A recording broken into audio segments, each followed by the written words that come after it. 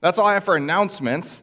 So we're I'm back into, but last week it was still continued, the sermon series of 10 qualities that move us from being a believer to a disciple.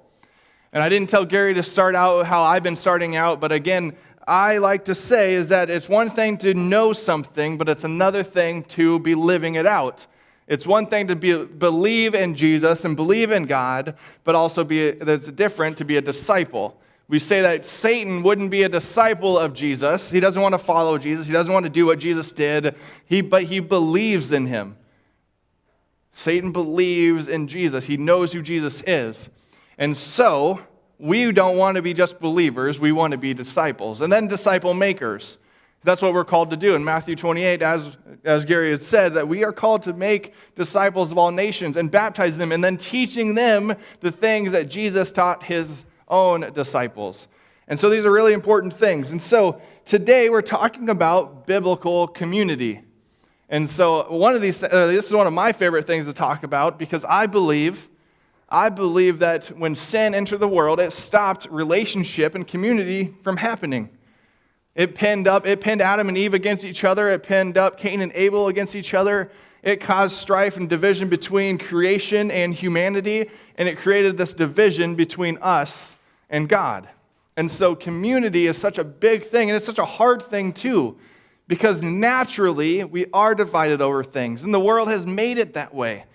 Man, we got to be divided on politics. We got to be divided on sports teams, which my Chiefs are currently beating the Miami Dolphins right now. Woo, woo. So this is going to be a really short sermon. But we're ready. So we're excited about that. But we can be divided. What? 21-0. Yes. So good. That's even better than what it was last time I saw it. So, but we can be divided on a lot of things. I mean, Iowa State to, again, just there's so much division in our world because it almost comes natural because sin, after it's infected our world, is natural. And so community doesn't come just naturally, true community. It's something we have to work on. It's something that we have to strive for, and it only works with the love of Jesus. Now, I have a couple things to talk about real quick. Did anyone ever have know what a holly bush is or a holly shrub? Maybe you have holly from knowing the Christmas songs or whatever. Does anyone know how a holly shrub produces its berries? No gardening experts here? Carefully. It is very carefully, and I'll get to that, but so good general answer. Does everyone know that there are female holly shrubs and male holly shrubs? It will not produce, with one without the other. Now, there are other plants that need that as well, but specifically holly shrubs, there is a male one and there's a female one, and if they're not within, let's say, 100 yards from each other, where pollinators can get them pollinated, the female holly bush will not produce fruit. And so they need each other. Much like within a church, we need one another as well. Holly shrubs won't also produce fruit if they're immature. Most plants, yes, if they're young, they won't produce fruit. But same thing with us. We need to mature in our faith and within community to produce fruit. We produce fruit better with one another. Improper pruning in the church, that can happen with just when we Bible thump on people rather than lovingly disciple them. And so improper pruning will stop holly shrubs from growing or producing fruit. Poor growing conditions. What kind of conditions? What is the condition of your heart? And is it acceptable to the teaching of God's word? And then lack of pollinators. And so when we talk about being a church that wants to produce disciples, but that also means that we want to produce people who are disciple makers as well. Because if we only say, well, pastor's got it covered, that's what we pay him to do. He's supposed to know everything and supposed to teach everything and supposed to do everything. Well, one, that's not going to work because I'm tired too at times. But it's just like with these holly shrubs. You've got to have an active group together working all for that main goal. Genesis 2. So this is like the pre-scripture passage before our other scripture passage.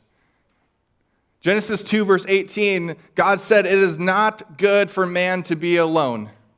So out of everything God created, and before sin happened, there was already something that was pretty messed up in the garden, and it said, "It is not good for man to be alone."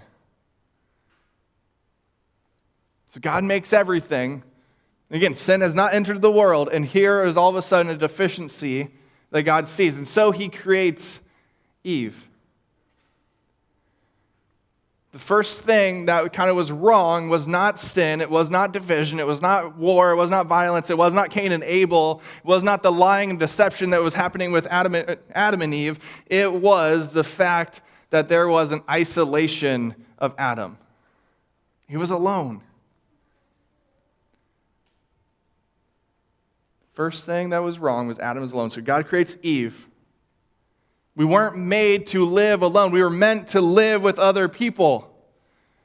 You can go through a list of, or I'm going to go through, but you could go through a list of people who did a lot of bad things when they felt alone or were separated for themselves. When David was isolated, he committed adultery with Bathsheba. When Solomon isolated himself, he marries women who took his heart away from the Lord. When Elijah was isolated, he got so depressed he wanted to die. When Judas isolated himself, he killed himself. One of the best books I read, it says Good News to the Poor, and it talks about how being poor physically, is often not just a mismanagement of resources, a mismanagement of budget, a mismanagement of what you do, but also a lack of community. It's often about broken relationships isolate you so much that no one will help you anymore, or that you can't find someone to help take you in. Isolation causes problems in our world. It's not good for us to be alone. And so God says that we need to be in community with one another, in true community. Again, not just like, oh yeah, I know your name, I hear about you, but it's about being in a community that you can say, hey, I have this thing that's going on, can we talk about this? And you know that you can talk about it with someone where that you trust them, and they will tell you, and you trust that they will tell you what you need to hear. Nothing good happens when we're disconnected from community. Being disconnected from community is like taking a coal out of a fire and expecting it to stay red hot. We must be together in this life. The passage that we're going to go from today is 1 John 3, verses 16 and 18. 1 John 3, verse 16 through 18. And we're going to go through what Jesus had talked about being this person of love and how we're supposed to treat one another. So hear the word of the Lord. This is how we know what love is.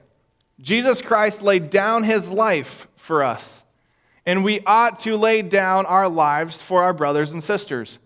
If anyone has material possessions and sees a brother or sister in need but has no pity on them, how can the love of God be in that person?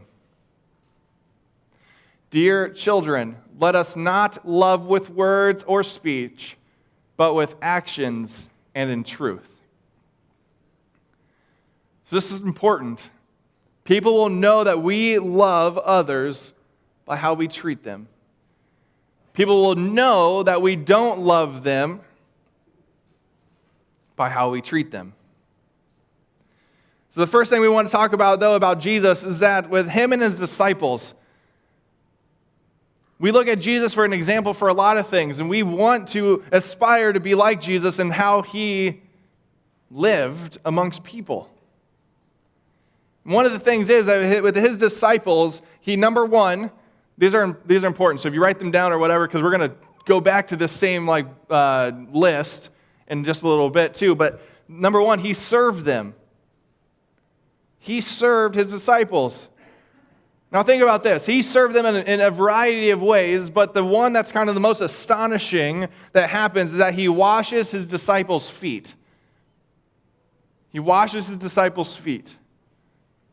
And you got to remember that back then, It was dusty. There was no paved roads or sidewalks. There wasn't green, lush grass that they walked on all the time. It was dusty and dirty. And then you also have to think about that they did not have things called indoor plumbing.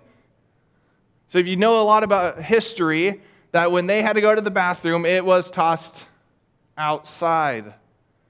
So the roads back then were dirty places, and people are walking around not in covered shoes or boots. They're walking around in sandals, or if they couldn't afford sandals, they're walking around barefoot. So these are the feet of the disciples, of people back then, that Jesus grabs a bowl and grabs a towel, and he starts washing his disciples' feet. This is astonishing to the disciples. They were like, "What are you doing?"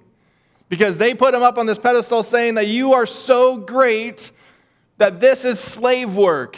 This is for someone who's beneath us.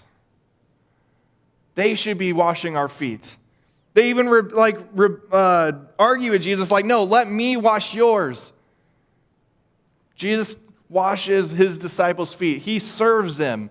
He's saying, "Yes, I know that I am the Son of God." He doesn't say that specifically in this passage, but he knows who he is, and yet he makes himself like that of a servant because he loves his disciples. Now, there's other teaching moments in there, too, of how they're supposed to be doing it for one another and whatnot, but it's about being able to take a lowly position amongst friends, amongst the people in the community, even amongst people who are going to betray him. Jesus washed feet. We live in a world that tells us that if you have power, that you're supposed to leverage it for your own good. That if you have money, that you're supposed to use it in order to lift yourself up. If you have influence, you use it to keep yourself in power or gain more power. You're supposed to use what you have to get further ahead. I don't know if you know, a famous race car driver named Ricky Bobby goes, "If you ain't first, you're last." Anyone know Talladega Nights? Right? I started with it was like famous theologian, Ricky Bobby, but if you never watched that movie, it's okay. But our American society says that if you're not first, you're last. If you're not at the top, then you're just the first loser. And so often our world has told us that you need more money to be more successful, to have more stuff, because you'll be more satisfied. The problem is with more stuff, we've realized that it doesn't actually make us satisfied, it just makes us want more.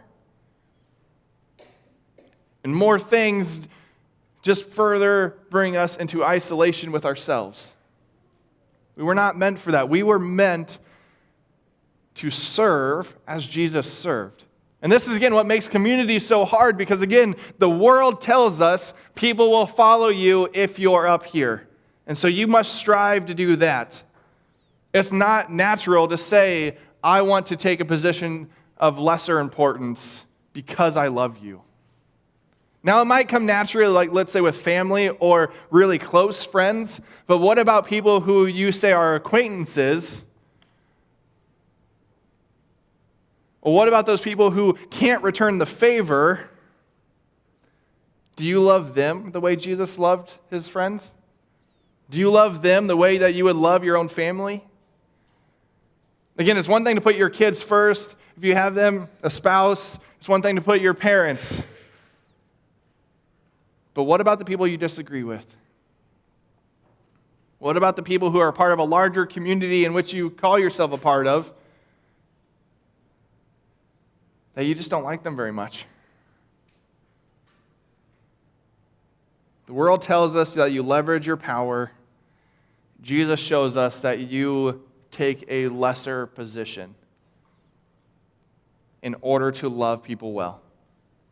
So that was the first one. Jesus served them. The second one is he leveraged his abilities for their needs. His whole life, his power, his wealth, benefits that Jesus did. Jesus had power. He was seen as a religious leader. People wanted to follow him. Crowds gathered around. He never used his power, though, for any kind of evil. His whole life was spent leveraging his power for their benefits, for his disciples' benefits.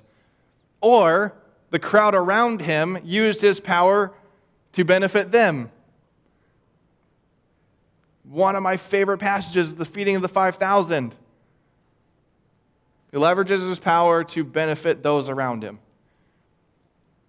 We'll dive into more of that one a little bit later too. But number 3, he shared their pain and their sorrow. Jesus shared with them their pain and their sorrow. I love this scene, John 11.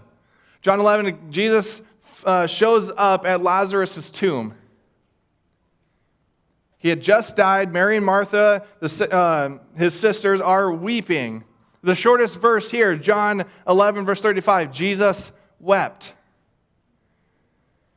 But the funny thing is, Jesus knows what he's going to do, and he raises Lazarus from the dead. So why didn't he just do that? Let's just skip to the good part. Jesus sits with people in their pain and then showed the miracle after. Jesus understands our hurts, our pains, our sorrows. He came to live here on earth. He understands human frailty. He is not absent. He understands people in their pain and their sorrow. He feels our pains and our sorrows as well. Whatever may be going on in your life, Jesus understands. Again, Jesus wept. He understood them. He has made himself like us in that aspect. Yes, he is God. He sits high above in the heavens and holds the world in his hands, but he also is a God who came close in order to feel what we feel too. Fourth one, he lived among them. He did his life, again, not from heaven, but came to be with us. We're getting ready to, I know that, again, Thanksgiving is there too, but as a church, we're prepping for Christmas. We're prepping for Advent season to come up soon. And it's this waiting for Jesus to come again because Jesus once came to be with us. It's the whole Emmanuel thing, God with us. God came to be with us through Jesus Christ. He came to be close. He didn't stay in heaven and shout commands or shout how things were going wrong, but he came to live with one another. He came to live with us, to show us, not just, again, tell us what to do, but to live life amongst us. Isn't that what we do in community, in life? I tell my kids it's monkey see, monkey do. Me being one of the monkeys. Is that we live in a life that we live closely together so that I want you to live like I do. And maybe do it better. But that we live so close with one another that we want best parts of our lives to rub off on those that we care about. Jesus lived in close proximity with us in this world.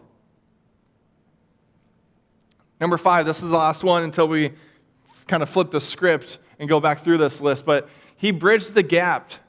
He bridged the gap to get to them. If we look at what sin does and how it separates us and God, there had to have been a bridge built to restore that relationship. There had to have been a bridge built to restore that relationship. And what we talked about a few weeks ago, if you were here, or hopefully you remember. If not, I'm sorry. If you weren't here, well, I'll describe it right now. Is that there was this whole system in Israel that the priests had to go and slaughter animals. They had to go in to atone for the sins of all the people. That there was a system in place that we had to atone for the sins of all the people. And now, when we look at Jesus as the ultimate sacrifice, that we know that we are forgiven for the mistakes that we have done. That our past doesn't hold us back anymore, that we can approach with God and know that He is there. He restores that relationship. Jesus bridges that gap that sin caused.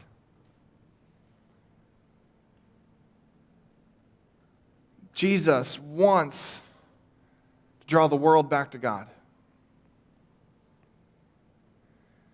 So in our passage, it talks about how we love and supposed to love our brothers and sisters. And so how we treat one another. And so often when we say that we live in community, like we think of, oh, it's just those that we want to keep around us. But it's bigger than that. If you're part of our email list, and if you want to be part of the email list, let me know at church, or let me know and we'll get you connected to that. But if you receive emails from me, I often start Bethany family because we are a community with one another. That we serve one another. That if you have a problem, you need help, that we can ask for it from one another. And that's not just, again, people who call this place where their membership is held. But we got families from Wednesday night to Sunday morning to people who are just acquaintances saying, we want to be connected with what you're doing. So this community is here in this place, or those who watch us online, or those who call this place their church home, but it's also the greater community in which we are a part of.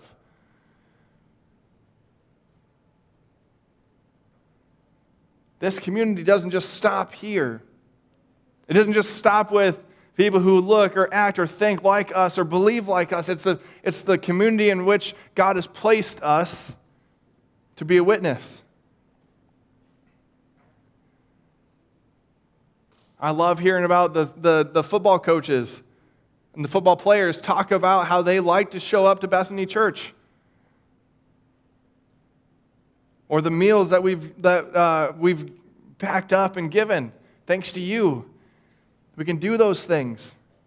Like the community of this church goes further than what we even think.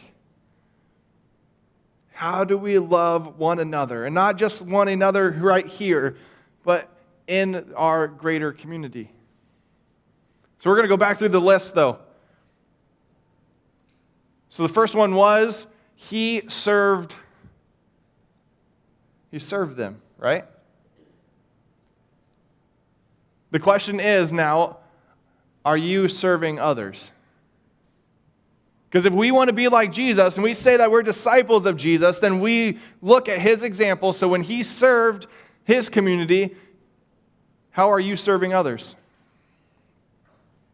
Let's start right here at church. We are constantly short of volunteers and things. You'll hear oftentimes when ministry seasons are coming up and we're saying, we need your help. And it's because we need your help. We need you to be part of a team because we don't do it by ourselves. That the work of the church is not just built for the few, but that God calls everyone to be a part of something. You hear the excuses all the time, like my schedule is too full, my time is limited, I'm just so tired all the time, I don't feel qualified. But the simple fact is that Jesus has qualified all of us. The Holy Spirit has given us the opportunity to serve with gifts and with talents. Do you think Jesus ever said that, sorry, I don't have enough time? Or I want to spend more time with myself? Think about it. He knew that when his death was coming and there was the last week of his life, he didn't go out partying it up. He washed disciples' feet. Everyone should be on a ministry team in some way, shape, or form. And it doesn't even have to be where you're most passionate. It doesn't even need to be where you're most talented. Jesus washed feet to show what community looks like. Where could you get plugged in? Where is God calling you to be an active part? That's that key word, an active part in the community. To invest actively in God's mission. And that's not saying, again, if this isn't your home church, and you have a home church, you're visiting or whatever, like, where are you going to get involved there? He served us, and so we ask ourselves, are we serving others? To be a disciple of Jesus means that your life is characterized by service and what you do for one another. Number 2, he leveraged abilities for our needs. Well, are you leveraging your life for others? Jesus is not a get-out-of-hell-free card. We don't just want to follow Jesus just because we want to avoid hell. We want to follow Jesus for what he does for our lives, the hope that he can give, the grace that we feel, the inner peace that we can find. But those things aren't just for our enjoyment, they're for sharing with others. How are you leveraging your life? This isn't just like what we talk about, this is actually how we live. The third one. He shared in our pain, he shares in our pain and our sorrow. Do you share in the pain and the sorrow of others? This one's going to run into the next one, so I'll give you that one too. That number 4 was he lived among us. Are you really involved in other people's lives? Are you living with others? So those two, again, go together. Do you share in the pain of others, and are you living a life that you're involved with others? Are you close enough to people that you can feel their pain? Are you close enough to someone that when you go pass them by and say, hey, how are you doing? And they say, oh, I'm fine, that you actually know that they're not fine? And are you close enough to that person that you can say, hey, I heard you say this. Can you elaborate? Could you explain? Hey, I don't actually think you're doing fine. But if you don't want to share, can I at least pray for you? Those conversations show that we're in a deeper community than just, oh yeah, I said hi, we've just passed by and we're good. Biblical community means that we care about one another and that we're close enough that when things are going bad, that you can just feel it. That you just know. Are you close enough with people in your life that you know when things aren't going right? Who do you know or who are you praying for outside of your family? Do you pray for others? Are you part of the greater community in which you get to interact with people who are non-believers?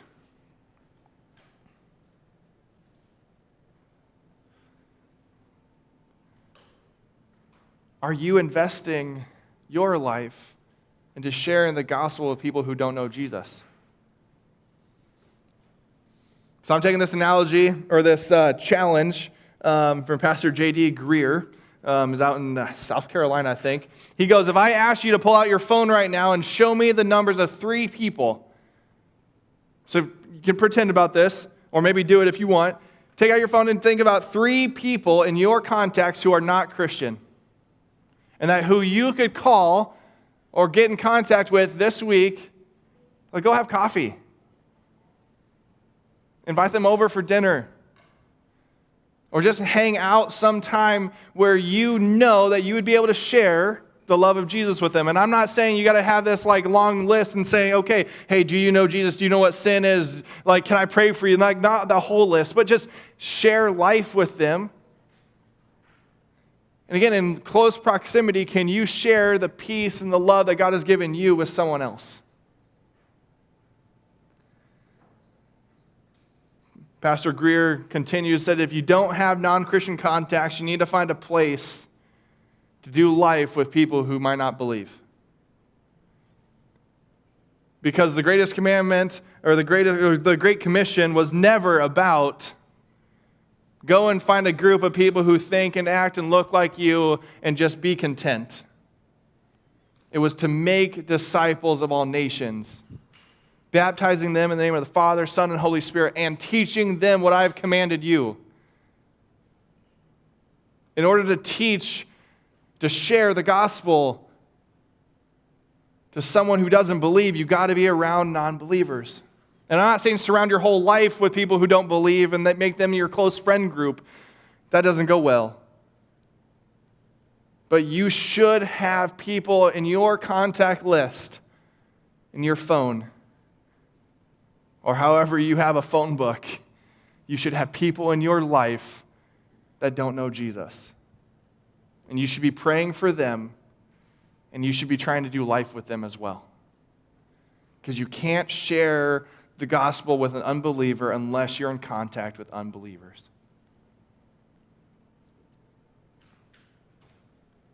Then the last one was, he bridged the gap to get to us. Are you bridging the gap to get to others? Are you building your life around people that you feel just comfortable with? Or are you building your life around people who need Jesus? To follow Jesus is to follow him across those gaps. To bridge the gap of the relationship. Are you willing to be a part of a church? Are you willing to be a part of a church that's not about you, but about reaching people who are far from God? So when we say we are here to seek and to share and to serve, which part of that says we're here to seek your personal preferences so that we can share the love that we want only for ourselves, so that we can serve one another comfortably from our own chairs? See, it could say that, right? I could say that every Sunday morning, but we don't. Are you willing to be a part of a church that's not about you, but that's a part about bringing people who are far from God to finding a loving relationship with him? People who are far from God feel just the immense brokenness, the pain, the struggle. They get lost in their felt guilt and shame. And there are times that we feel that all throughout our lives, no matter how close you are with God. But those who feel far from God feel like they're so lost in it that there's no hope. Where can you bring hope for those who feel that they're far from God? Now, as a pastor, we kind of just started these connection cards, so I'm very truthfully and honestly saying that what I'm going to say is not about here at Bethany Church. I'm going to say that I've been at several churches before, and comment cards have been one of those number one things. But it's often about, well, we don't sing this song enough. We don't play this kind of music. I don't like the pastor who does short prayers. I don't like the way the pastor dresses. Yeah, that's one of those comments that you just like, okay, cool. But oftentimes, though, people don't put their names on it. Or if they do, the common trend is usually people who aren't actually part of the church. They were going from one church to another, trying to find their perfect church for them because they're looking for something so specific. They want their type of music. They want their type of preaching. They want their type of prayers. They want their type of language used. They want their version of the Bible. They want their church. And even if I would get a name on these comment cards, there was never an address, there was never a phone number, there was never an opportunity to have a relationship, because I would say the church is not about you. The church is about what God is doing in our world, and his mission is to bring those who are away from God close to him. One of my favorite analogy or images and what I love to say here is that God has his arms open wide to welcome you back home. No matter who you are, no matter who you think that you are, but then that asks us, are we willing to be people that do the same thing? Because if we want to talk about true community, we're willing to open our arms for anybody and everybody.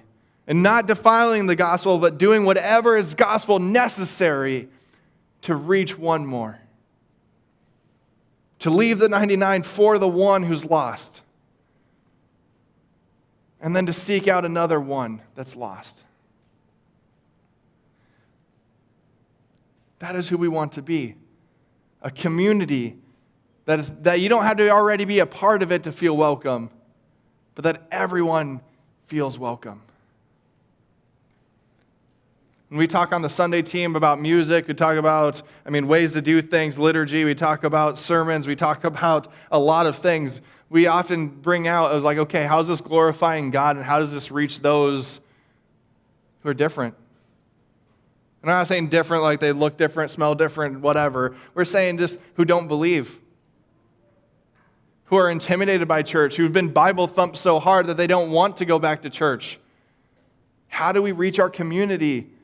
And how do we do things well? We say this stuff in consistory because this is what's important. Are you willing to be a part of a church and a community? So when I say church, I'm saying community. Are you willing to be part of a community of faith where everybody is not just like you? Which means sometimes we'll do things that are different than what maybe you want. But knowing that the vision and the mission is for God's mission. That we want to love our community and love them well. We want to invite people into finding peace, hope, and forgiveness. Are you wanting to live a life like Jesus? Because that's the only way to build true community. It's the only way to welcome people in. It's the only way to live truly as a church. Are you invested in the community in which God has placed you in? This community of faith, or a community of faith anywhere, and into the community in which God has placed you to live? That's the big question. Let us pray.